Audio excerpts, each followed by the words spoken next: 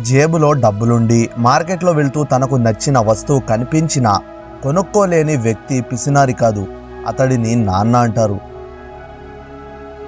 మౌనంగా ఉండేవారితోనూ అచితూచి మాట్లాడేవారితోనూ జాగ్రత్తగా మాట్లాడాలి. వారి నిశ్శబ్దం ఆలోచన వెనుక ఏదో దాగే ఉంటుంది. చిన్న సాయం చేసి అవకాశం దొరికిన ప్రతిసారి పదే పదే నీకు సాయం చేశాను గుర్తుపెట్టుకో అంటున్నారంటే అటువంటి వారి సహాయం ఇంకెప్పుడు తీసుకోకపోవడమే మంచిది. గొప్ప గొప్ప వాళ్ళని చూసి మామూలు మనుషులను చిన్న చూపు చూడకండి. సూది పని కత్తి, కత్తి పని సూది ఎన్నడూ చేయలేవు. ఎవరి గొప్పతనం వారిదే.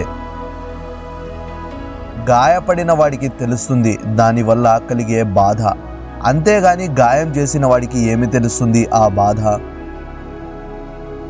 గాయపడిన మనసుని సరిచేసేందుకు స్నేహానికి మించిన ఔషధం ఇంకొకటి లేదు.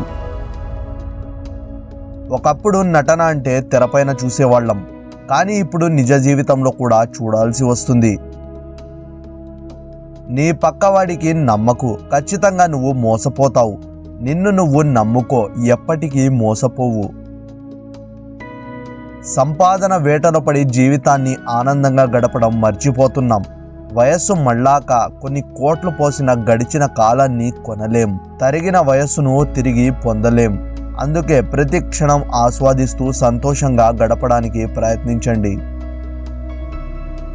ప్రతి ఒక్కరికి సంతోషం ఇవ్వడం మన చేతుల్లో లేకపోవచ్చు, కానీ ఎవరికి బాధ కలగనీయకుండా ఉండటం మన చేతుల్లోనే ఉంది.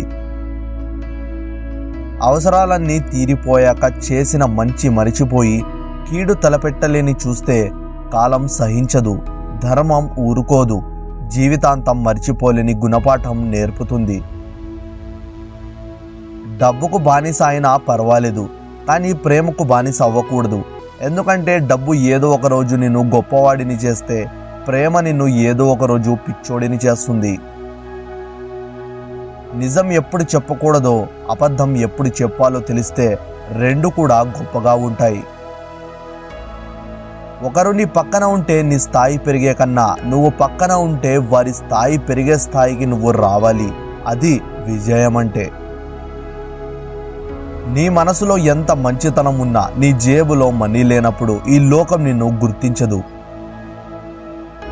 ఒక మనిషిని నాశనం చేయగల శక్తి అతని బుద్ధికి మాత్రమే ఉంది.